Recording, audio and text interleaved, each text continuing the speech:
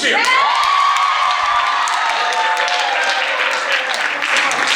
I'm very proud to welcome you to the second annual Shakespeareans, which is our name we just made up for our Acting 5 Shakespeare Showcase. We have 8 graduating seniors performing, so it's really special. This is probably the last thing they're going to do here unless they hop on the main stage in the next 5 minutes. So this is very special. I'm very proud of all the work we're presenting here. And a few things. One, it's a 55-minute show, no intermission. So if you have to run to the bathroom, do it immediately. Speak now or forever hold your pee. Also, talk about serendipity. This is Shakespeare's 462nd birthday today.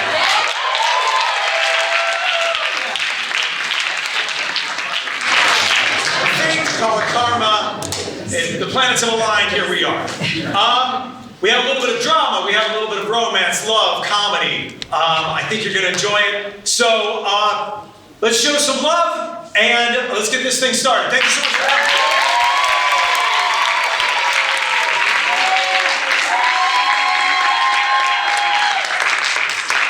This first scene is from Comedy of Errors, Act 3, Scene 2. In this show, it focuses on 2 sets of identical twins separated at birth in a shipwreck, who ended up in the same city. Right before this, Dromio of Syracuse has been mistaken for Dromio of Ephesus by a strange woman. His twin, Antipholus, finds him in the town square acting very strange. And now, Sean Hawkins as Antipholus and Will Fuller as Dromio in Comedy of Errors.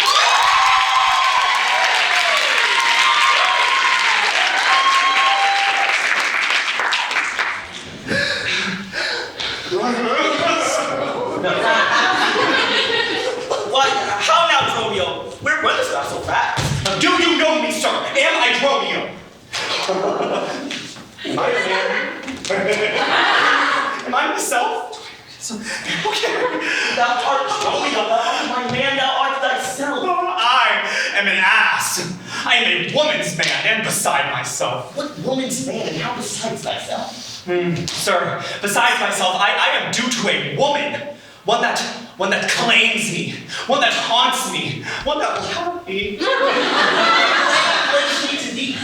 Such claim as you would lay to your horse. She would have me as a beast. Not that I being a beast she would have me, but that she being a very beastly creature lays claim to me. Well, what is she? A very reverend body. I'm sure such one as a man may not speak of without he say, Sir Reverence. I have but lean luck in the match, and yet she is a wondrous fat marriage. How dost thou mean a fat marriage? She's a kitchen wench, and all grease. I know not what use to put her to, but to make a lamp of her and run from her by her own light.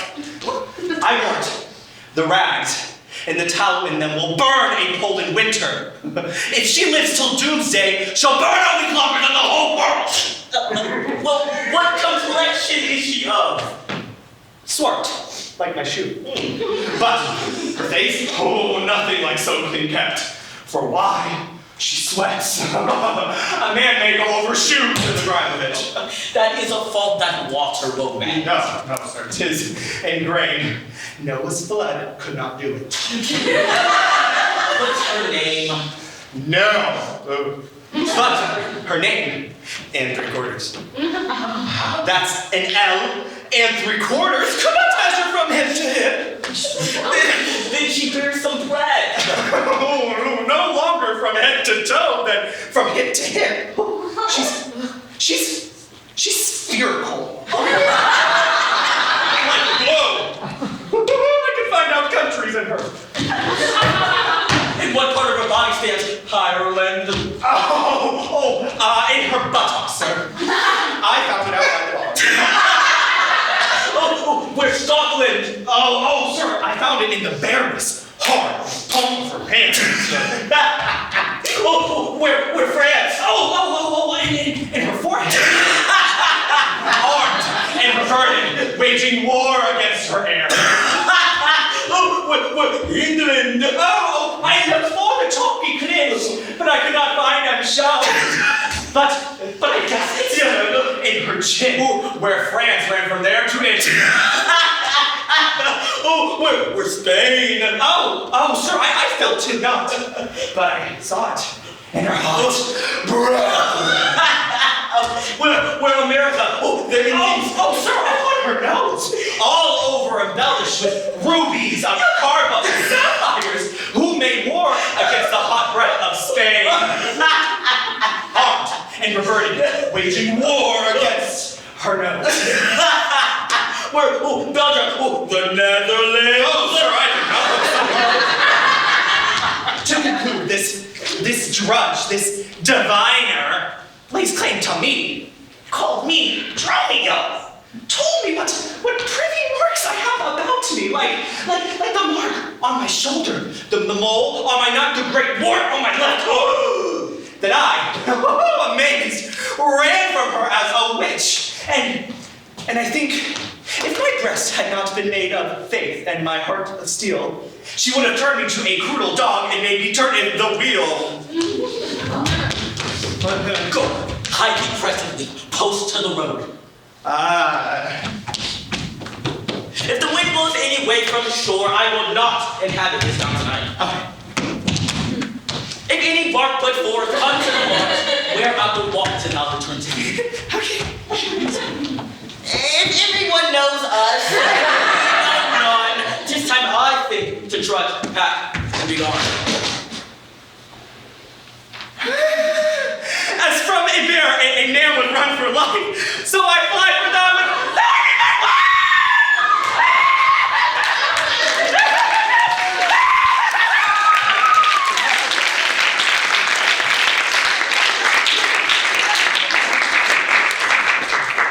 There's none but witches to inhabit here. Therefore, 'tis time I were hence. But her fair,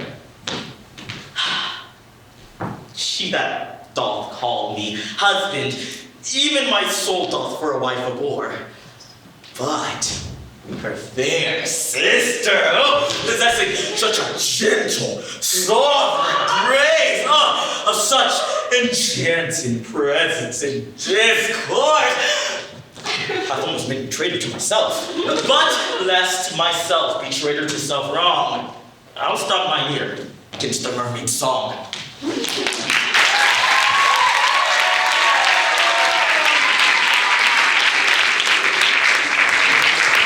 Hamlet's father has died, and his mother has quickly married his uncle, the now King Claudius. After encountering his father's ghost, who claims Claudius murdered him, Hamlet seeks revenge. He pretends to be mad while observing all of those around him, uncertain of who to trust. Concerned by his behavior, the king and queen summon his college friends, Rosencrantz and Guildenstern, to spy on him. Luke Grasbowski is Guildenstern, Jake Perez is Rosencrantz, and Cruz Donovan is Hamlet.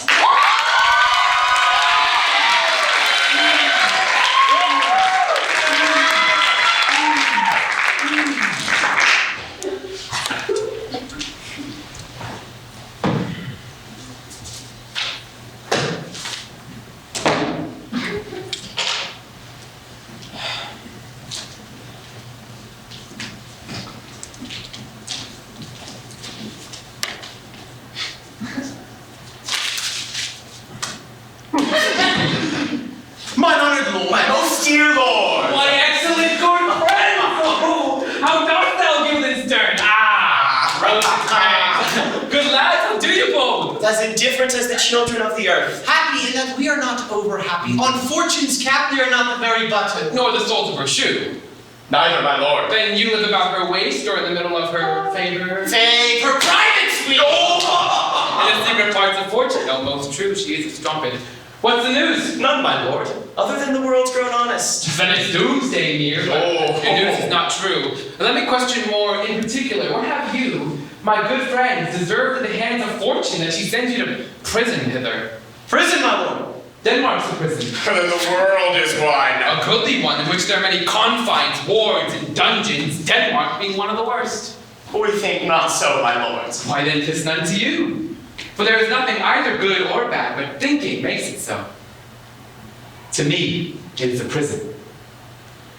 Why then it is your ambition that makes it one. 'Tis too narrow for your mind. Oh God, I could be bounded in a nutshell and count myself a king of infinite space, were it not that I have bad dreams. Which dreams, indeed, are ambition. For the very substance of the ambitious is merely the shadow of a dream. A dream itself is but a shadow. Truly, and I hold ambition so light and airy of a quality, 'tis but a shadow. But in the beaten way of friendship, what make you at Elsinore? To visit you, my lord. No other occasion. Beggar that I am even poor in thanks, but I thank you.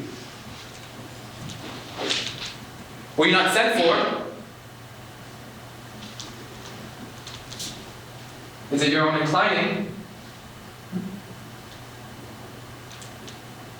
Is it a free visitation? Come. Deal justly with me. Come. Nay, speak! What would you have us say, my lord? Why, anything but to the purpose. You were sent for.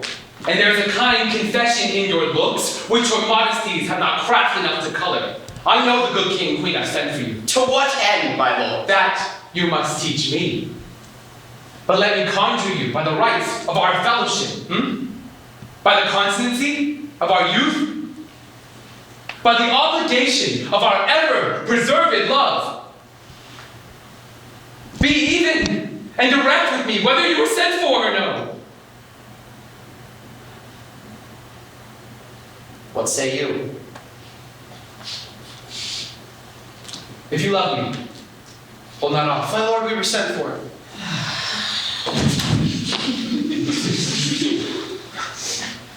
I will tell you why. So shall my anticipation prevent your discovery of your secrecy to the king and queen. Moult no feather. I have of late, but wherefore I know not, lost all my mirth, foregone all custom of exercise. And indeed it goes so heavenly with my disposition that this goodly frame, the earth, seems to me a sterile promontory. This most excellent canopy, the air, look you, this brave o'erhanging, this majestical roof, fretted with golden firelight. It appears no other thing to me than a foul and pestilent congregation of vapors.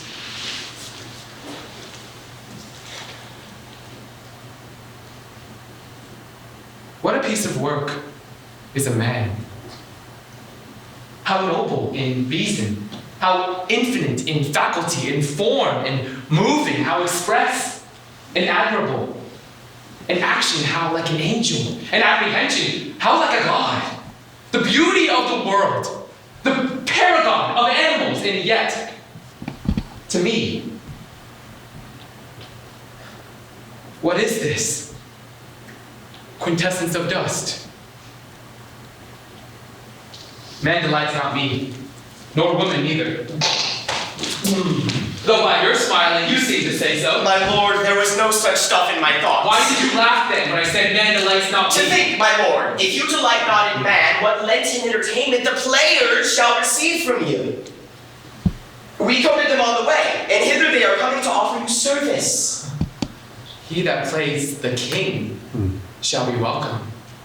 His majesty shall have tribute of me. What players are they? That even those who are wont to take delight in, the tragedians of the city. How chances it they travel? Their residence, both in reputation and profit, was better both ways. I think their inhibition comes by the means of the late innovation. Do they hold the same estimation they did when I was in the city? Are they so followed? No, indeed they are not. How comes it? They grow rusty. Nay, their endeavor keeps in the wonted pace, but there is, sir, an air of children. Little Eostas that cry out on top of the question and are most tyrannically clapped for it. These are now the fashion, and so berattled the common stages, so they call them, that many wearing rapiers are afraid of goose quills and dare scarce come thither. What are they, children? Who maintains them? How are they escorted? Will they pursue the quality no longer than they can sing? Faith, sir, there's been much to do on both sides, and the nation holds it no sin to tear them to controversy. There was for a while no money bid for argument unless the poet and the players went to cuffs to the question. Is it possible? No. There has been much throwing about of brains. Did the boys carry it away? Aye, that they do, my lord. The Hercules in his load, too. It is not strange. For my uncle is the king of Denmark. And those that would make mows at him while my father lived give 20, 40, and 100 ducats apiece for his picture in little. There are the players, my lord. Gentlemen, you are welcome to Elsinore. Your hands come. The appurtenance of welcome is fashion and ceremony. Let me comply with you in the garb, lest my stead to the players shall more appear like entertainment than yours. You are welcome. But my uncle father and aunt mother are deceived. In what, my dear lord? I am but mad northwest. When the wind is southerly, I know a hawk from a handsaw.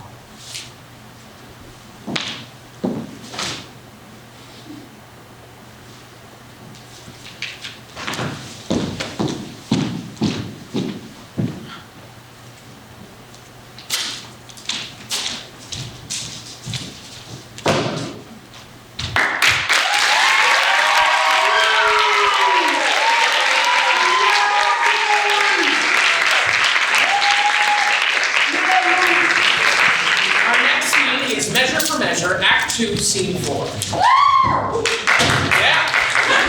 In the city of Vienna, strict laws against sexual immorality have long been ignored. So the ruler, Duke Vincento, leaves his deputy Angelo in charge to enforce them.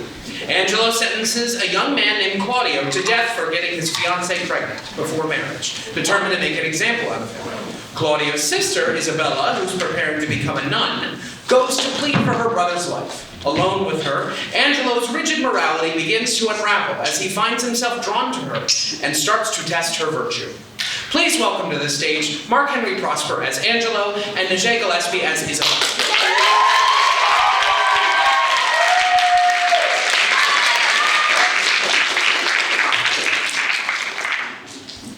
Ignominy and ransom and free pardon are of two houses. Lawful mercy is nothing can defile redemption. You seemed of late to make the law a tyrant, and rather prove the slighting of your brother a merriment than a vice. Pardon me, my lord. It oft falls out to have what we would have we speak not what we mean. I something do excuse the thing I hate for his advantage that I so dearly love. We are all for it. Else let my brother die. If not a fettery, but only he alone succeed by weakness. Nay, women are very frail too. Aye, as the glasses where they view themselves, which are as easy broke as they make forms. Women, heaven help, men their creation mar and profit in them. They call us 10 times frail, for we are as soft as our complexions, and credulous to false friends. I think it will.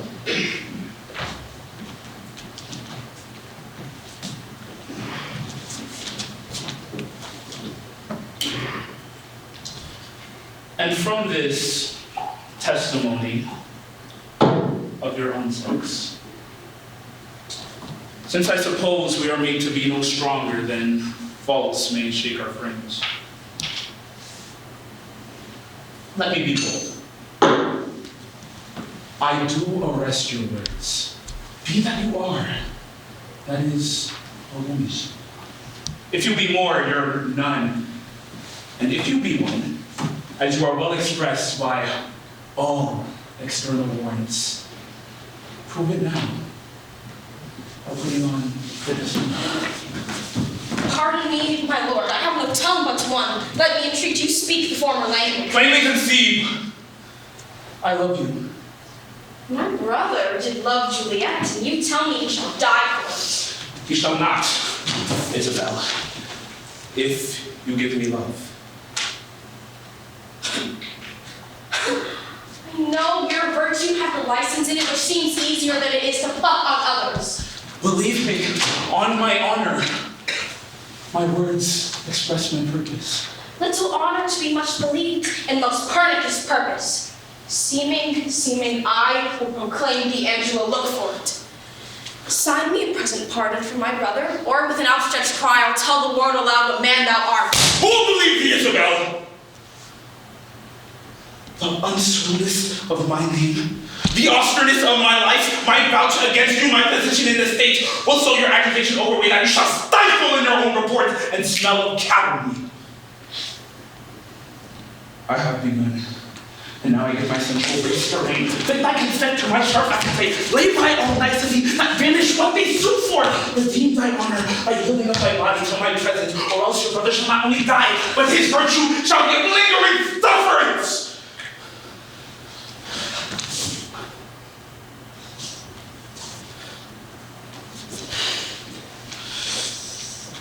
Answer me tomorrow, or by the affection that now guides me most, I'll prove a tyrant to him.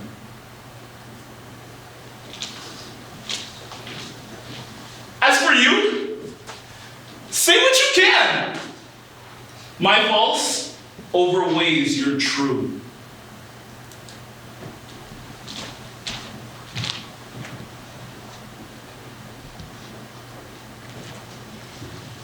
Whom should I complain? Did I tell this? Who would believe me? I'll to my brother. I'll tell him yet of Angela's request, and fit his mind to death for his soul's rest.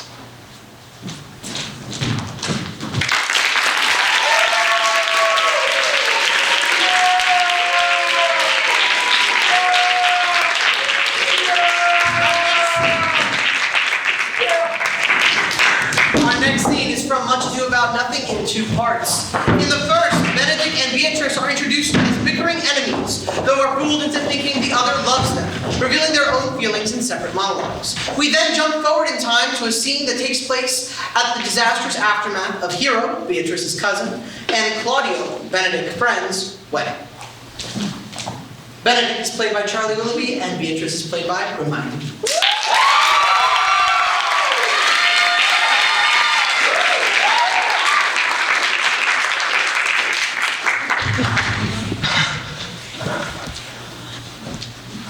Love me? Why, it must be requited. I hear how I am censored. They say I will bear myself proudly if I perceive the love come from her. They say too that she would rather die than give any sign of affection. Oh, I did never think to marry. I must not seem proud. Happy are they that hear the detractions and can put them mending.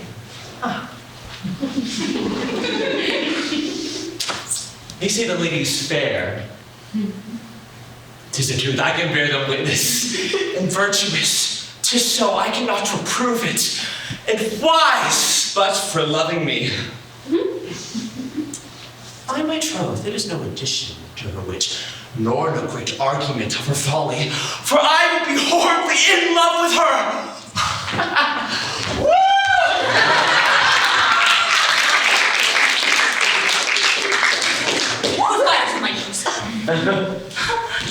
Can this be true? Stand I condemned for pride and scorn so much? Contempt, farewell, and maiden pride adieu. No glory lives behind the back of such. And Benedict, love, I will requite thee, taming my wild heart to thy loving hand. If thou dost love, my kindness will incite thee to bind our loves up in a holy band. For others say thou dost deserve, and I believe it better than reporting me.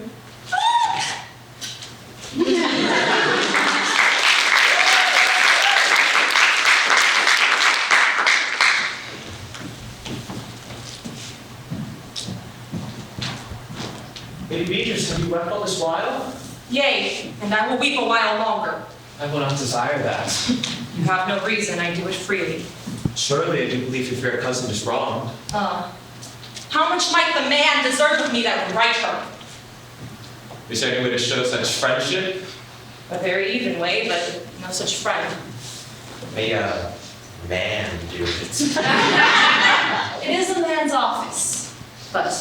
eyes. I do love nothing in the world so well as you. He's not that strange. As strange as the thing I know not. It were it possible for me to say I love nothing so well as you. But believe me not, and yet I lie not. I confess nothing, nor I deny nothing. I am sorry for my cousin. By my sword, Beatrice, thou lovest me. Do not swear and eat it. I will swear by that you love me. Begin me that it says I love not you. Will you not eat your word? No sauce that can be devised to it. I protest. I love thee! Why then God forgive me? What offense, sweet Beatrice? You have stayed me in a happy hour. I was about to protest I love you. And do it with all of thy heart. I love you. With so much of my heart that none is left to protest. Come, bid me do anything for thee. Kill Claudio.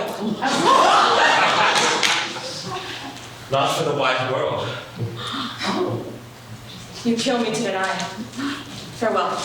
Terry, sweet Beatrice. And gone the way of you. There is no love in you. Nay, I pray you let me go. Beatrice. In faith, I will go. We'll be friends first.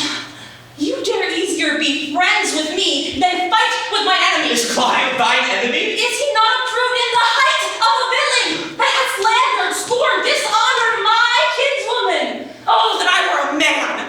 What? Bear her in hands until they come to take hands, and then with public accusation, uncovered slander, unmitigated rape? Oh, God, that I were a man! I would eat his heart in the marketplace! Really, Beatrice. Talk with a man out a window? Proper, say. Nay, but Beatrice. Sweet hero! She is wrong, she is slandered, she is undone. Beatrice. Princes and counties, surely a princely testimony, a goodly count, Count Convict, a sweet gallant, surely. Oh, that I were a man for his sake. Or that I had any friend would be a man for my sake. But manhood is melted into courtesy, valor into compliment, and men are only turned into tongue, and trim ones too.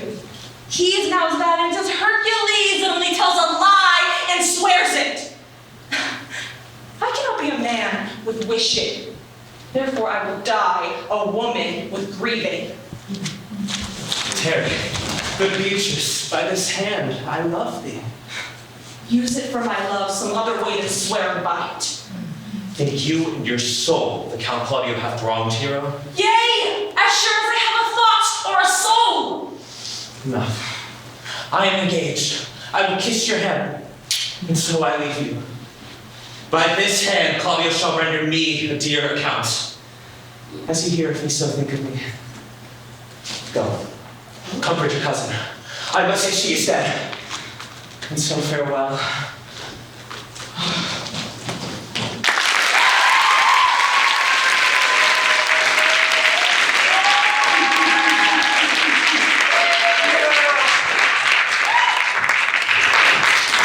Is Julius Caesar's Act 4, Scene 2. This scene is famously known as the Lovers' Quarrel. Taking place after Julius Caesar's death, here we find Cassius confronting Brutus at his tent for condemning one of his soldiers for taking bribes. Brutus then confronts Cassius for that same crime. Brutus will be played by Anna Gomez Lugo and Cassius played by Maddie Poston.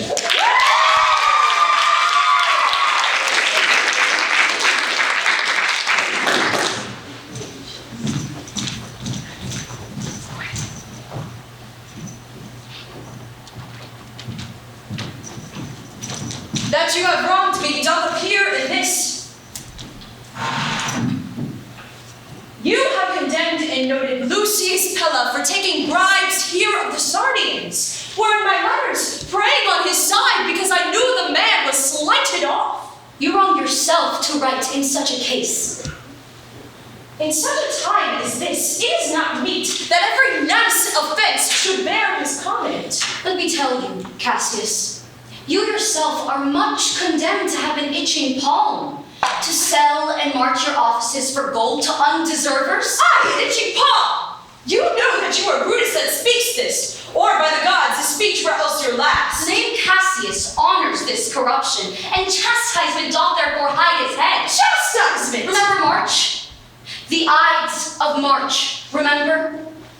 Did not great Julius bleed for justice' sake? What? Shall one of us that struck the foremost man of all this world, but for supporting robbers, shall we now contaminate our fingers with base bribes and sell the mighty space of our large honors for so much trash as may be grasped thus? I had rather be a dog and beg the moon than such a rogue. Brutus, beat not me, I'll not endure it. You forget yourself to hedge me in. I am a soldier, I, older than yourself, abler in practice to make conditions. Go to. You are not Cassius. I am. I say you are not. Urge me no more, I shall forget myself. Have mind upon your health and tempt me no farther. Away, slut, Oh, man! is it possible? Hear me, for I will speak. Must I give way and room to your rash caller? Shall I be frightened when a madman stares? Oh, you guys, must I endure all this? All this? Aye, more. Fret till your proud hearts break. Go show your slaves how choleric you are. Make your bondmen tremble. Must I budge? Must I observe? Must I stand and crouch under your testy humor? By the God, you shall digest the venom of your spleen, though it do split you. For from this day forth, I'll use you for my mirth. Yea, for my laughter when you are waspish. Is it come to this? You say you are a better soldier. Let it appear so. Make your vaunting true, and it shall please me well. For mine own part, I shall be glad to learn of noble men. You wrong me, Brutus. You wrong me in every way. I said an elder soldier, not a better. Did I say better? If you did, I care not. When Caesar doth lived, he durst not thus have moved me. Peace, peace, you durst not so have tempted him. I durst not. No. What? Durst not tempted? For your life, you durst not. Do not presume too much upon my love. I may do that I shall be sorry for. You have done that you should be sorry for. There is no terror, Cassius, in your threats, for I am armed so strong in honesty that they pass by me as the idle wind which I respect not. I did send to you for certain sums of gold, which you denied me, for I can raise no money by vile means. I did send to you for gold to pay my legions, which you denied me. Was that done like Cassius? Should I have answered Caius Cassius so? When Marcus Brutus grows so covetous to lost such rascal counters from his friends, be prepared, God, with all your thunderbolts and dash him to pieces. I denied you not. You did. I did not. He was but a fool that brought my answer back. Brutus hath arrived in my heart. A friend should bear his friend's infirmities, but Brutus makes mine greater than they are. I do not till you practice them on me. You love me not. I do not like your faults. A friendly eye could never see such faults. Flatterers would not, though they do appear as huge as high Olympus. Come, Anthony, and young Octavius, come! Revenge yourselves alone on Cassius, for Cassius is aweary of the world. Braved by one he loves, hated by his brother, checked like a bondman, all his faults observed, set in a notebook, learned and conned by rote to cast into my teeth. Oh, that I could weave my spirit into mine own eyes. Here is my dagger, and here my naked breast. If that thou beest a Roman, take it forth. I that deny thee gold will give my heart. Strike, as thou didst strike at Caesar, for I know, when thou didst love him worst, thou lovedst him better than thou ever lovedst Cassius. Sheath your dagger.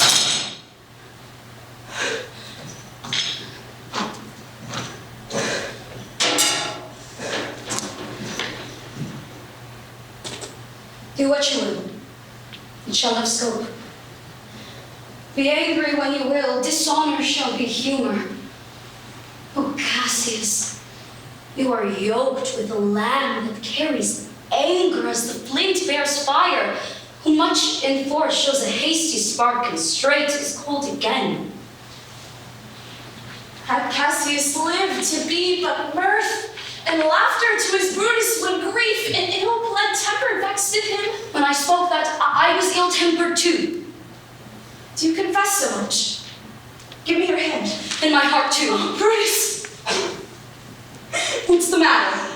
Have thou not enough love in your heart to bear with that rash humor which my mother gave me makes me forgetful? Yes, Cassius.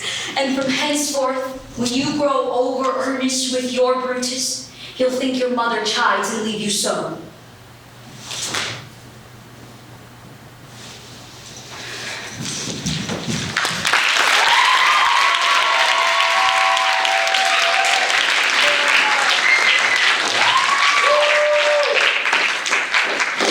This next scene is Act 3, Scene 1 of The Tempest. Following a stage shipwreck, Ferdinand has been separated from his father and friends, believing them to have drowned. Prospero has first forced Ferdinand into hard labor, moving thousands of heavy logs as a test of his character and his name Miranda. Meanwhile, Miranda has defied her father's orders to stay away, coming to visit Ferdinand in secret. This scene marks the first time they are truly alone together. This is Elliot Horowitz as Ferdinand and Vanessa Arocha as Miranda.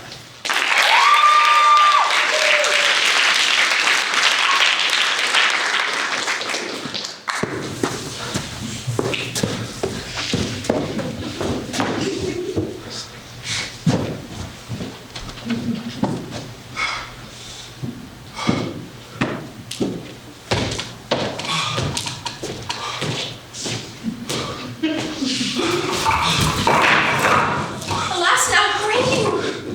Work not so hard. I would the lightning had burnt up these logs that you are enjoying to pile. Pray now, rest yourself. When this burns, 'twill weep for having wearied you. My father is hard at study. Pray, set it down. You stay for these 3 hours. Oh, this is your mistress. The sun will set before I strive what I must set to do. If you'll sit down, I'll bear your logs the while. Pray, sit down. I'll carry it to the pile. No, precious creature. I had rather crack my sinews, break my back, than for you to such undergo while I sit lazy by. It would become me as well as it does you, and I should do it with much more ease, for my good will is to it, and yours it is against. You look wearily. No, noble creature. 'Tis fresh morning with me when you are by at night. I do beseech you, chiefly, that I might set it in my prayers. What is your name? Miranda?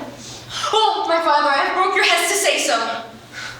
Oh, admired Miranda. Oh, the top of admiration. Worth what's dearest to the world.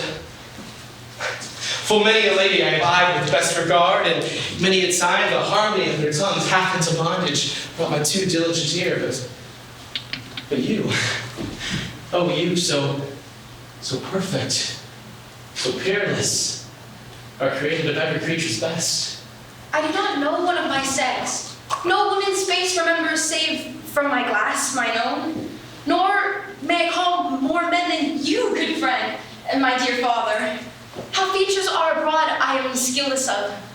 But by my modesty, the jewel in my dower, I would not wish any companion in the world but you. Nor can imagination form a shape besides yourself to like of. But I'm proud of something too wildly, and my father's precepts I there do forget. Hear my soul speak. The very instant that I saw you did, my heart fly to your service, and there resides makes me slave to it. And for your sake am I this patient log man. Do you love me? Oh heaven, oh earth, bear witness to the sound and crown what I profess with kind intent if I speak true. Probably invert, but best is boding me to mischief. I, beyond all that dwells in the world, do love, prize, honor you.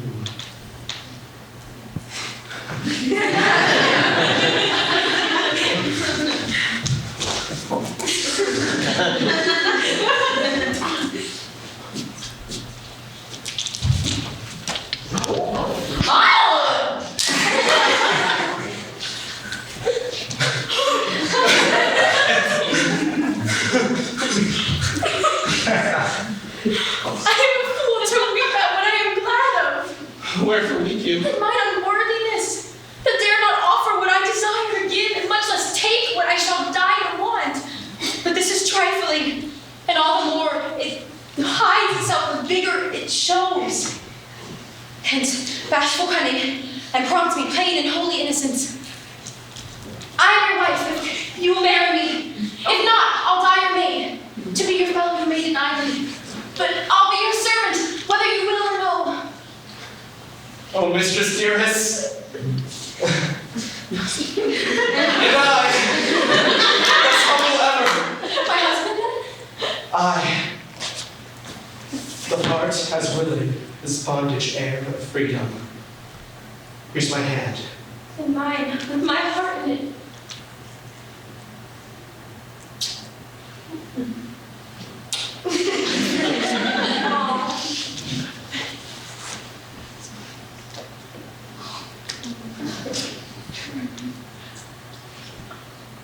And now farewell. Till half an hour hence. Thousand.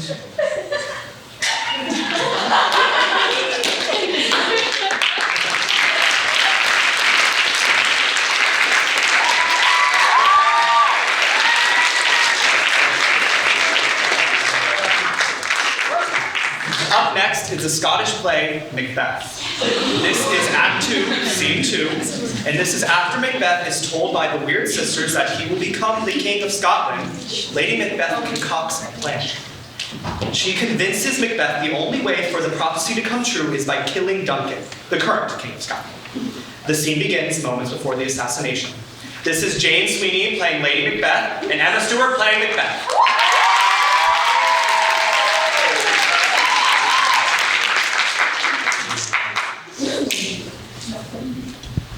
Is this a dagger which I see before me?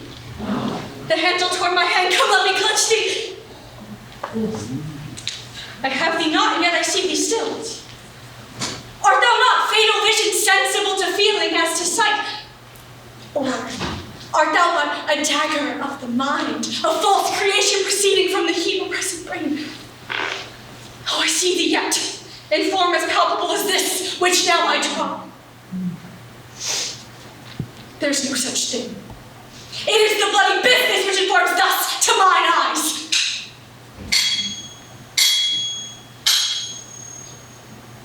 I go when it is done. The bell invites me. Hear it not, Duncan, for it is a knell which summons thee to heaven or to hell.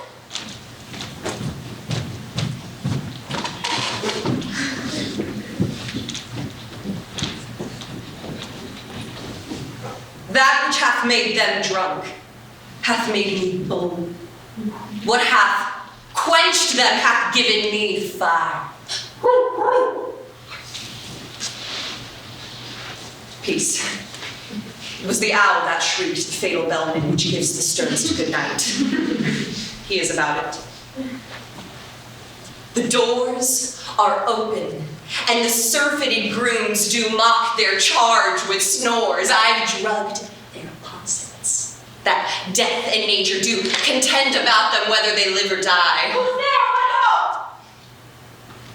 Alack, I am afraid they have awaked and 'tis not done the attempt, and not the deed confounds us. Hark! I laid their daggers ready, he could not miss them. Had he not resembled my father as he slept, I'd done it!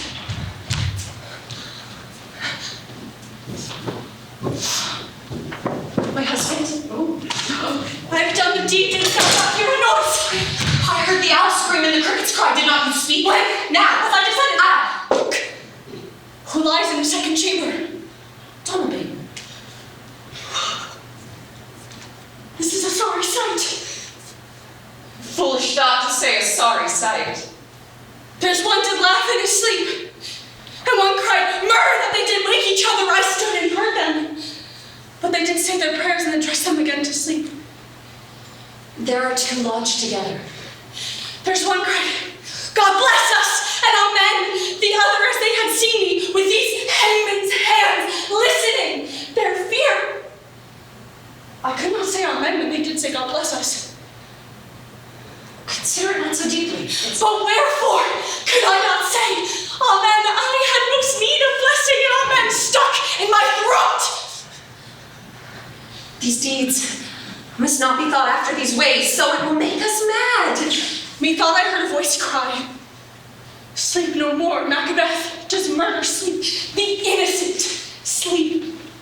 Sleep that knits up the raveled sleeve of care, the death of each day's life. Sore labor's bath balm of hurt minds, great nourisher of life's feast, chief nourisher. What do you mean? Still I cry, sleep no more, to all the house.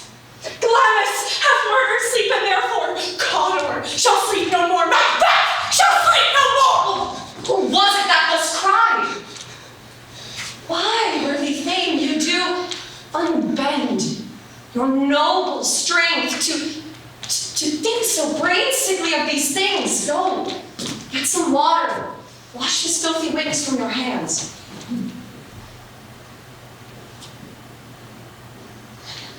Why did you bring the daggers from the place? They must lie there. Go! Carry them and smear the sleeping grooms with blood. I'll go no more. I'm afraid to think what I have done. Look once again, I do not. It's for a purpose! Give me the daggers. The sleeping and the dead are but as pictures. 'Tis the eye of childhood that fears a painted devil. If you do bleed, I'll gild the faces of the grooms withal, for it must seem their guilt.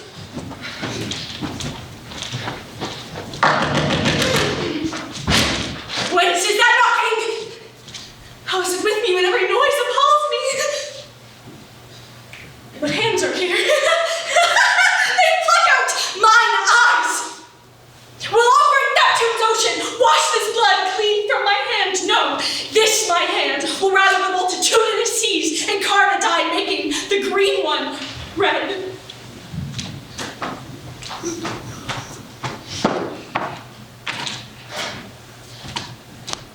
My hands are of your color, but I shame to wear a heart so white.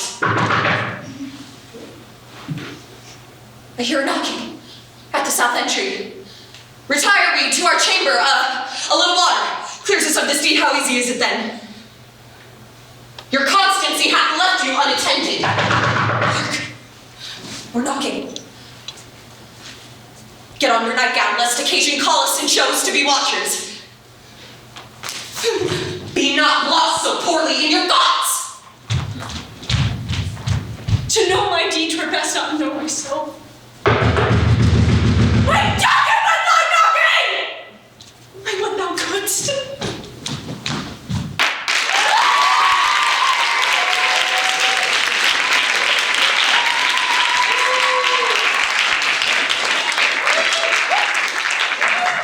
Our last scene is from Married Wives of Windsor, a returning character from Shakespeare's tragedies. In this story, we see Falstaff try to woo two married women for their inheritance and family fortunes.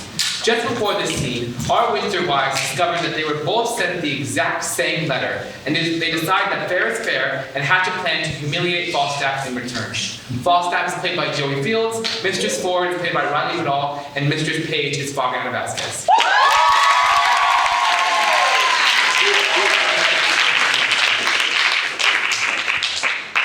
Mistress Page, remember New Year cue? I warned thee, if I do not act it, kiss me. Go to then. We'll use this unwholesome humidity, this gross, watery pumpkin. We'll teach him to know turtles from jigs.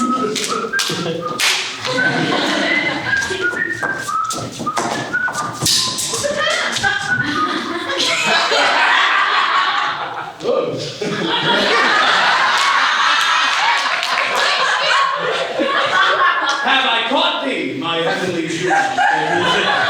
Why now let me die for I've lived long enough. This is the period of my ambition. Oh, this blessed hour. Sweet Sir John. Mistress Ford, I cannot cog, I cannot prate, Mistress Ford. Now, Shall I sin in my wish? I would thy husband. We're dead. I'll speak it before the best lord. I would make thee my lady. I, your lady, Sir John. Alas, I should be a pitiful lady. Let the court of France show me such another. I see how thine eyes would emulate the diamond. Thou hast the right arched beauty of the brow that becomes the ship tire, the tire valiant, or any tire of Venetian admittance. A plain kerchief, Sir John. My brows would become nothing else, nor that well either. Thou art a tyrant to say so. Thou wouldst make an absolute courtier, and with the firm fixture of thy foot would give excellent motion to thy gait in a semicircle Come, thou canst not deny it. If fortune thy foe were not nature thy friend, come, I Leave me. There is no such thing in me. What may be lovely? Let me persuade thee. Come, I cannot cog and say thou art this and that like a many lisping hawthorn bud that come in like men in women's apparel and smell like bucklers bury in simple times. I cannot. I love thee. None but thee. And thou deservest it. Do not betray me, sir. I fear you love Mistress Page. Thou might as well say I love to walk by the courter's gate, which is as hateful to me as the reek of a lime kiln. Well, heaven knows how I love you.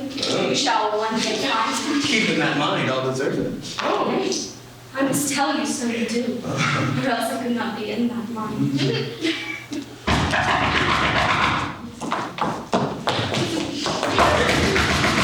Here is Mistress Page at the door, sweating and glowing and looking wildly, and you speak with your Shame, you shall not see me. I'll ensconce myself.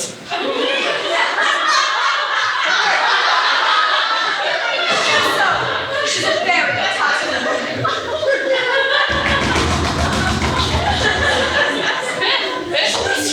What have you done?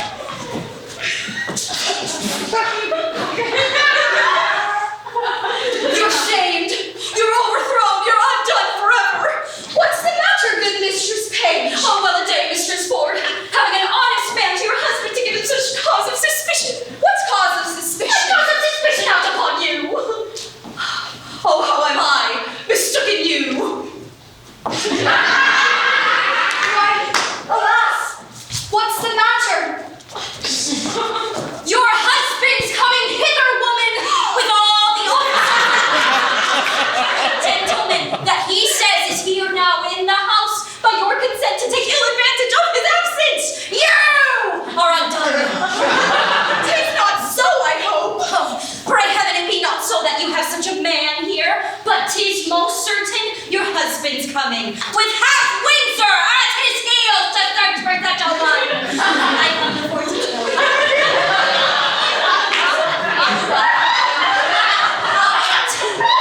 But if you have a friend here, convey him out.